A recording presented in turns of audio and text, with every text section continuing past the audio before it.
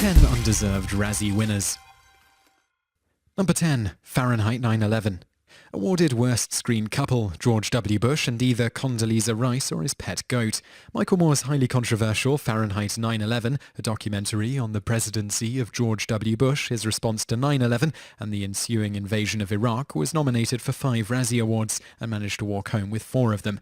None of these nominations were fair considering that the film was a documentary. These awards were given for purely political reasons in protest of the Bush administration and the Iraq War. But of all the Razzies Fahrenheit 9/11 won, none were more undeserved than the worst on-screen couple. It's not just because the award was politically motivated, but because it stole the award from the film that truly deserved it. The award should have gone to Sean and Marlon Wayans in and out of drag in White Chicks. The Wayans Brothers' White Chicks, a film about 2 black cops who go undercover as white socialites in the Hamptons, wasn't just one of the year's worst comedies, it was one of the worst films of the decade, boasting an absurd premise, horrific makeup, and prosthetics, and a plethora of grotesque racial and sexual stereotypes. Not only were the white girl disguises hideous to look at, but the actors who wore them, Sean and Marlon Wayans, delivered performances that can best be described as reverse minstrel shows. There isn't a single moment of believable, let alone digestible chemistry between the two. Every second they are on screen is cloyingly obnoxious. Number 9, Lady in the Water.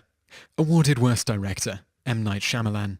We're not going to discuss whether or not M. Night Shyamalan's Lady in the Water is an unjustly hated film, although we will mention that the film does have its supporters, having been named one of the best films of 2006 by the notable film magazine Cashiers du Cinema. But what we will say is that the film does have a consistent directorial vision. Lady in the Water comes across as a kind of postmodern fairy tale with a deconstructionist narrative approach. Whether or not the end result was any good is fair game for debate, but it can't be denied that Shyamalan manages to maintain a persistent atmosphere and tone. The award should have gone to Uwe Boll, Blood Rain. Uwe Boll's Blood Rain claims to be an adaptation of the video game franchise about a human-vampire hybrid named Rain who hunts down an evil vampire king who raped and murdered his mother. But the film is a chaotic mess of nonsensical plot points, terrible acting, and abysmal gore effects. Blood Rain feels like its own porn parody, minus most of the porn. There's no consistency to its narrative arc, and it fails to come together as a cohesive whole. Number 8, The Blair Witch Project. Awarded Worst Actress, Heather Donahue. It seems inexplicable that Heather Donahue could win an award for Worst Actress for her performance in The Blair Witch Project. After all, the film wasn't meant to contain the kind of acting performances that Hollywood had come to expect from actresses. Donahue was supposed to act like an actual film student thrust into a nightmarish situation who experiences extreme shock and emotional trauma. The only reasonable explanation for Donahue receiving a Razzie Award was that it was an extension of the cultural and critical backlash against the film when it was first released. The award should have gone to Sharon Stone in Gloria. It wasn't bad enough that Hollywood had tried to remake John Cassavetes' perfectly fine Gloria, a film about a gangster's girlfriend on the run from the mob with a young child. No, they had to cast Sharon Stone as the eponymous lead character and wring a miserable, scenery-chewing performance out of her. Cindy Lumet's Gloria is a bad film weighed down by an even worse lead performance. Number 7, Hudson Hawk. Awarded Worst Picture. The worst thing that Michael Lehmann's Hudson Hawk can be accused of is being too ambitious. The story of an American burglar who is forced by the CIA and a couple of deranged billionaires to steal pieces of an alchemy machine from various locations in Italy tried to be A, a heist movie, B, an action-adventure thriller, C, a slapstick comedy, and D, a pseudo-musical. Although the film fails to cohere as a whole, many of its individual elements work perfectly fine. Several of the action sequences are fantastic. Bruce Willis's performance as the eponymous burglar is charismatic and enjoyable, and his method of timing his heists via show tunes is surprisingly brilliant. The award should have gone to Cool as Ice. David Kellogg's Cool as Ice is essentially a 90-minute music video / ego trip for early 90s rapper Vanilla Ice, in between a number of truly awful musical productions in a mishmash plot involving Ice's romance with good girl honor students, 2 corrupt cops, a kidnapping, and the witness protection program. The only bright spot in this film is the colourful cinematography, but even that's sidelined by the terrible music and meandering narrative. Number 6, Cocktail. Awarded Worst Picture.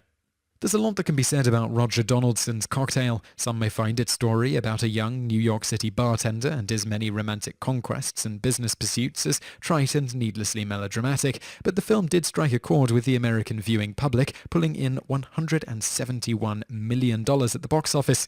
Of course, there are a lot of terrible movies that make a lot of money, but unlike many other bad movies that strike it rich, Cocktail has aged remarkably well, due in no small part to Tom Cruise's magnetic lead performance and the film's catchy 80s soundtrack. The award should have gone to Caddyshack 2. Do you want to know a film which hasn't aged well? Caddyshack 2, this abominable sequel to one of the most original comedy films of all time, managed to suck all of the charisma and originality from its predecessor while having the gall to replace the legendary Rodney Dangerfield with a mugging Jackie Mason. The producers should have known that they had a turkey on their hands when Bill Murray refused to return. Unlike Cocktail, Caddyshack 2 was a terrible film when it was first released and is an even worse film today. Number 5. The Love Guru. Awarded Worst Picture. The Love Guru was a racially insensitive and horrifically miscalculated comedy that featured Mike Myers as the eponymous guru Maurice Pitka, a man hired to help people undergoing extreme anxiety resulting from romantic problems to relax. Not only was The Love Guru attacked for its insulting depiction of Hinduism, it severely damaged Myers' career. But despite these things, The Love Guru didn't deserve to win the Razzie Award for Worst Picture. The award should have gone to Disaster Movie and Meet the Spartans. If Airplane represented the zenith of the spoof comedy genre, then Disaster Movie and Meet the Spartans represent its nadir. Alternatively racist, homophobic and idiotic, these two films by Jason Friedberg and Aaron Seltzer operate under the assumption that the keys to spoof comedy are to cram in as many arbitrary pop culture references and moments of revolting shock humor as possible. Disaster Movie and Meet the Spartans aren't just bad comedies, they're insults to the cinematic medium and the very concept of comedy itself. Number 4. The Twilight Saga, Breaking Dawn Part 2. Awarded Worst Picture. Stephenie Meyer's Twilight Saga was the franchise that everyone, except its target audience of course, loved to hate. So when the last film in the series, The Twilight Saga Breaking Dawn Part 2 was released, it was received with much fanfare by the critical establishment. Finally, their nightmare was over. It was promptly awarded 7 Razzies, including Worst Picture, but in their rush to wash their hands of Meyer's opus, they lost sight of the fact that it wasn't the worst film released in 2012. No, that distinction goes to That's My Boy. This may be difficult to believe, but That's My Boy may in fact be the single worst film Adam Sandler has ever starred in. Not only is it painfully unfunny and uncomfortably mean-spirited, but the entire film revolves around a single idea. Child molestation is awesome. A 13-year-old boy named Donnie Berger becomes an overnight celebrity after being caught having sex with his adult teacher. Not only does his life become a media circus, especially after it's revealed that the teacher got pregnant, but he becomes the object of adoration for millions. The rest of the film is a comedy about Donnie trying to reconnect with his adult son decades later. Not once does the film challenge the idea that statutory rape is cool if you're a boy. If this film had been made about a 13-year-old girl who got knocked up by her middle-aged teacher, people would have been protesting in the streets and calling for Sandler's head. The Twilight Saga Breaking Dawn Part 2 may have been a terrible ending to a terrible franchise, but at least it didn't celebrate and propagate rape culture. Number 3. Jaws: The Revenge. Let's get one thing straight right off the bat. The special effects in Jaws: The Revenge are terrible. Not only do the giant shark models look cheap and cobbled together, there are several shots where you can see the rubber has literally been stitched together, but many times the cables and tracks that were used to control them can be seen. But despite all these glaring flaws, Jaws: The Revenge didn't deserve to win the Razzie for Worst Visual Effects. Why? Because it was nominated alongside The Garbage Pail Kids Movie. The Garbage Pail Kids movie was based on a line of trading cards that were marketed for their disturbing and disgusting images. So in a twist that surprised absolutely nobody, the ensuing film was a kaleidoscope of nauseating images and puppets. The film centers on a group of children who live in a garbage can, and each has a crippling disability involving gross bodily discharges and/or personality disorders. The children were created with horrific life-size puppets that could never quite close their mouths. Vomit, slime and snot constantly flowed from the puppets as well. Jaws: The Revenge may have had terrible effects, but at least they didn't try to make their audiences physically ill. Number 2. Indiana Jones and the Kingdom of the Crystal Skull. Awarded Worst Prequel, Remake, Rip-Off or Sequel.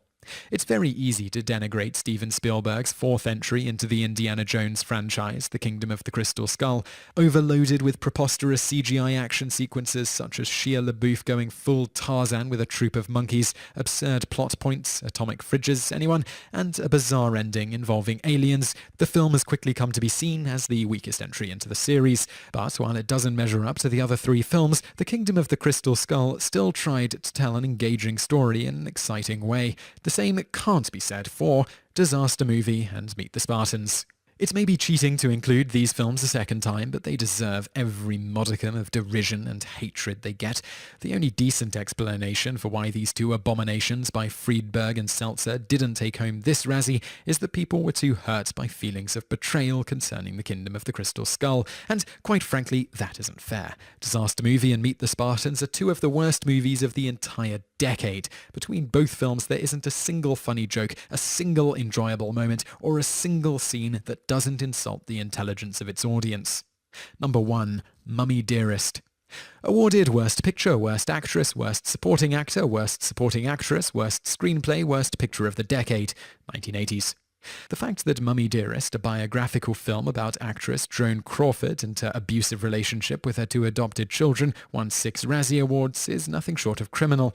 At the time, critics dismissed this frank and terrifying portrayal of mental illness and child abuse as a piece of camp cinema, but that isn't fair, and recently some critics have begun to re-evaluate the film as a bona fide classic. The film's greatest sin was its unwillingness to tone the performances of its actors down, but considering that there was eyewitness evidence of Crawford abusing her children, and there's a growing scientific consensus that Crawford may have suffered from borderline personality disorder, it would seem that if Frank Perry had made his actors dial down the intensity of their performances, it would have been underrepresentative of their real-life counterparts. The award should have gone to Heaven's Gate. Michael Cimino's 4-hour western about the doomed Johnson County War may have had its supporters, but its lasting impact on the industry is nearly unforgivable. After Cimino's tyrannical production more than doubled its original budget, it only managed to gross $1.3 million. The film's unprecedented financial loss destroyed United Artists, all but annihilated the western genre, and brought the Hollywood new wave to a crashing halt by forcing major studios to take creative control out of the hands of innovative directors like Francis Ford Coppola, William Friedkin, and Martin Scorsese.